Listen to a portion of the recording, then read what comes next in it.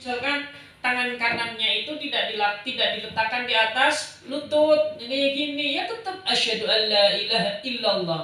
Boleh. Hanya saja ini aneh. Ya meskipun boleh tapi aneh karena ini bukan rukun ya. Ini hanya kesunahan saja. Apalagi kalau mazhab Maliki ada yang lebih aneh lagi, tidak meletakkan tangan di atas di depan dada macam ini. Jadi sholatnya irsal. Wala yusannu rab'uha kharijas salati inda illallah. Dan tidak disunahkan untuk mengangkat jari telunjuk pada saat kita mengucapkan illallah. Ini kalau di luar sholat.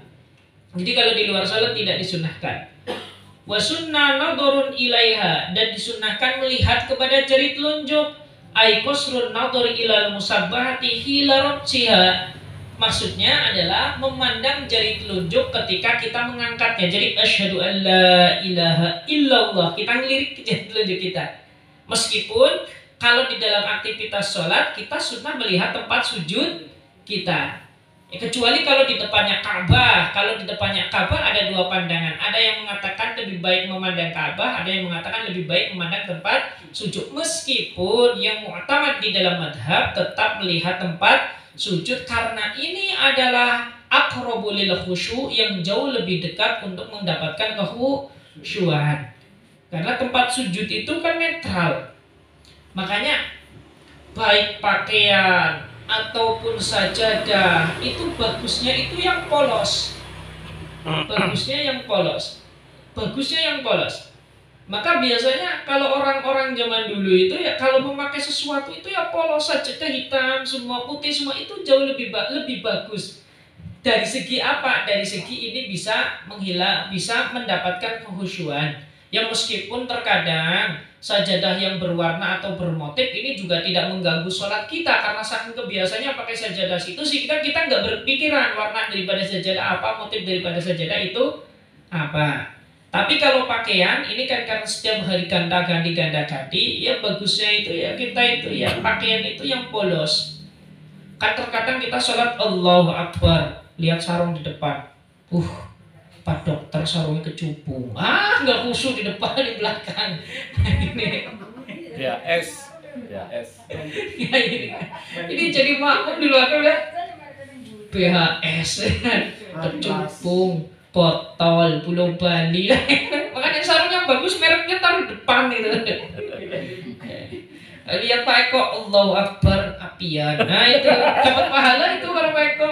Jadi promosi Apian. Ya, promosi.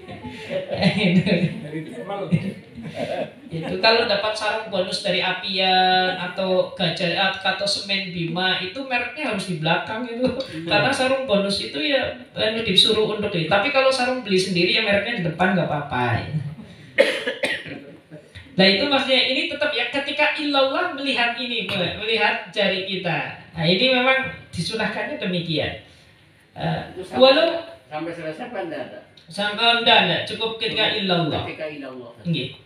Walau masturatan binahwikum meskipun tertutup dengan lengan jari ini, kum itu ini tertutup dengan ini, misalkan kombor-kombor akhirnya ketutup, ini juga tetap kita melihat. Kama qala syekhuna, sebagaimana apa yang diucapkan oleh guru kita Imam Ibnu Hajar. Nah, ini adalah kesunahan di saat kita tasyahud akhir. Besok kita lanjut wasaliha asyroha, rukun yang ke-13, taslimatun ula ila akhirih. Ini sudah jam 9. Wallahu a'lam bishawab. Satu lembar. Kalau halamannya ada 474. Tahun setengah enggak apa-apa. La ilaha illallah Muhammadur Rasulullah. Ada yang la ilaha illallah Sayyidu Muhammadur Rasulullah. Ini yang tepat, yang mengapa dua-duanya. Nah, kalau yang ini kan lapatnya bukan sudah masuk lapat sholawat lagi nih. Tapi yang lebih bagus kalau la ilaha illallah Muhammadur Rasulullah, itu yang tepat. Tapi kalau sholawat tadi kenapa ada yang menambahkan sayyidina? Ini permasalahannya tadi. Hadisnya itu riwayatnya banyak. Tapi saya belum mendapatkan bukunya. Tapi buku itu saya pernah lihat masih dalam korak karena beliau sedang mengarang dengan tulisan tangan. Saya sowan ke dalamnya, beliau mengatakan saya sedang mengumpulkan hadis-hadis yang kaitannya itu dengan sholawat kepada Nabi. Ternyata hadisnya banyak. Ini baru berupa korasan, belum sampai dicetak. Kadang-kadang di dalam hadis itu kadang-kadang ada yang menggunakan lambung kalau Muhammadur Rasulullah, ada yang pakai Sayyidun, itu ada itu. Oh, nggih. Jadi yang mana itu yang ada itu.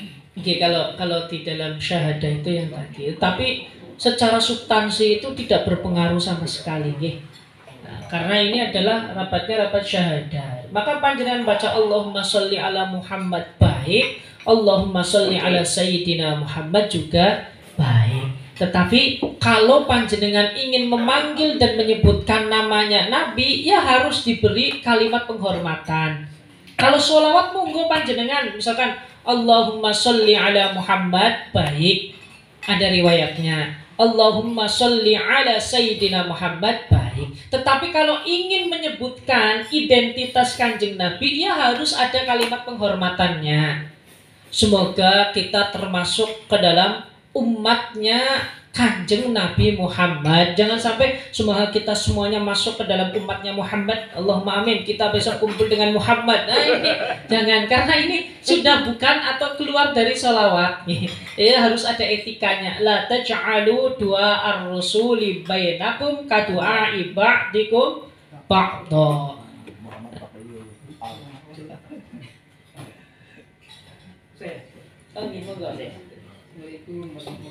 Waalaikumsalam warahmatullahi wabarakatuh. Tadi diterangkan dalam hal duduk di antara dua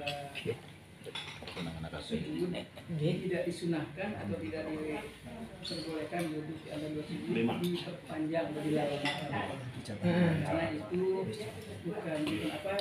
bukan rukun tawil tapi rukun kosil, atau bahasanya bukan rukun panjang tapi dia rukun pendek.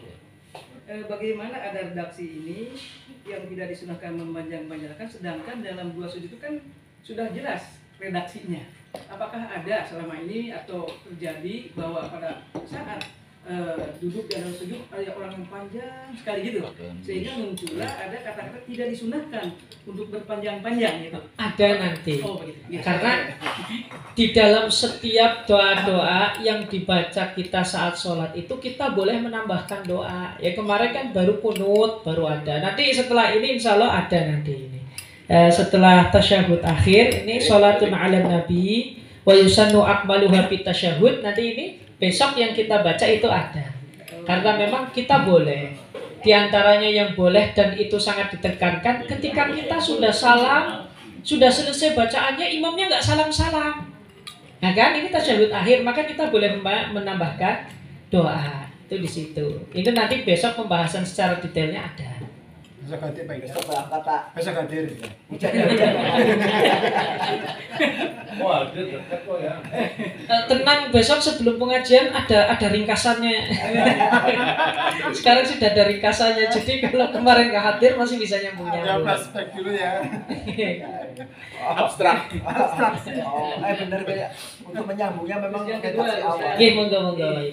yang kedua, sebagaimana disampaikan bahwa dalam bacaan redaksi tahiyat itu sudah baku, tidak boleh ditambah-tambah atau dikurang-kurang. Tapi ini juga sering rancu di dalam tahiyat itu, karena dalam tahiyat ada yang menambahkan sayyidina. Apa karena penambahan sayyidina ini dalam tahiyat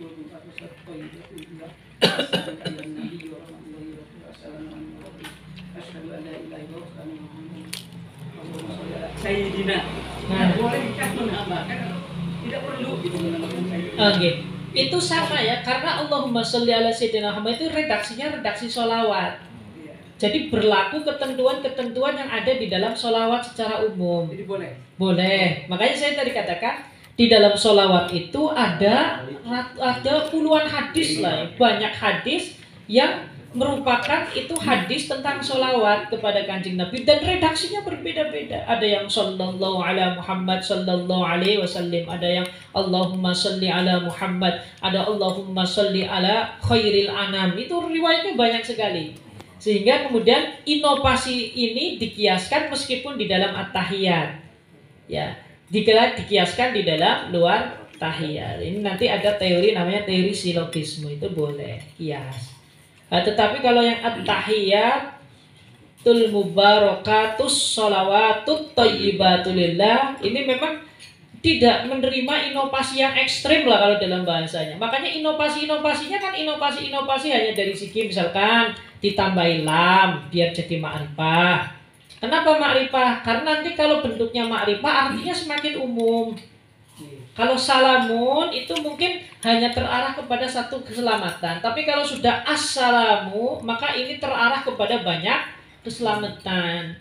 Ya semua jenis salam apapun itu tetap tercurahkan kepada Muhammad. Seperti hamdan lillah atau hamdulillah, hamdulillah itu berbeda maknanya dengan alhamdulillah. Kalau alhamdulillah maknanya lebih luas, tetapi kalau hamdan lillah maknanya tidak luas. Bisa berupa satu bentuk pujian saja, sementara jenisnya pujian itu ada 4. Makanya lebih baik alhamdulillah, itu demikian. Baik, terima kasih Ustaz. Jadi inovasinya inovasi yang tidak ekstrim, ya minimal inovasi yang ada tuntutannya ya ini. Kalau nggak ada tuntutannya itu jangan. Ya, karena ada beberapa ustadz kalau saya YouTube itu benar-benar ya anti dengan Sayyidina. Terutama dalam sholat kan. Ya tidak jadi masalah. Mungkin beliau pendapatnya demikian. Tetapi jangan sampai yang baca Sayyidina disalahkan. Kalau saya kan boleh kedua-duanya monggo. Tetapi kalau di dalam urusan panggilan, nah ini sebaiknya dikasih tanda penghormatan. Ayo kita mengikuti acara apa? Oh itu di sana aja peringatan Maulid Kanjeng Nabi. Peringatan Maulid Nabi ya bagus, tapi lebih baik dikasih Kanjeng Nabi. Ya semoga kita termasuk ke dalam umatnya Kanjeng Nabi. Jangan sampai semoga kita termasuk ke dalam umatnya Muhammad. Ya ini kan saru. Demikian. Ustaz, Monggo. mungkin nggak Ustaz satu negara lain membedakan diksi tadi itu, diksi penghormatan. Kalau kita tadi kan Kanjeng Nabi, kalau di Madura namanya Pak pengganti Kanjeng apa? Ajengan. Ajengan itu Sunda, ajengan itu ya kayak orang mulianya orang mulia, ajengan. Jawa Sunda. Mungkin nggak kalau di negara lain bukan Sayyidina, mungkin ya lain apalah ya yang saya dulu ketika ya 5 tahun saya berinteraksi dengan orang Arab ya tetap bilang Allah, tetap Sayyidina. Jadi ala nabiyina, dan nabi kita, nabiyina sallu ala nabiyikum Muhammad, ala Sayyidina Muhammad. Itu jadi memang semacam itu. Kalau diksi yang lain ya harus explore nih panjenengan tinggal di Malaysia setahun. Habis itu naik ke Thailand, lurus ke Brunei setahun. Kemudian nanti habis Brunei panjenengan pindah benua ke Australia itu. Nanti tahu. Mapane nang Teluk. Jadi presiden di set nggak ada tinggal. Itu ada kalimat begini, la tusayyiduni fis shalah. Itu hadis apa ini? Yang tadi itu malah saya baru dengar.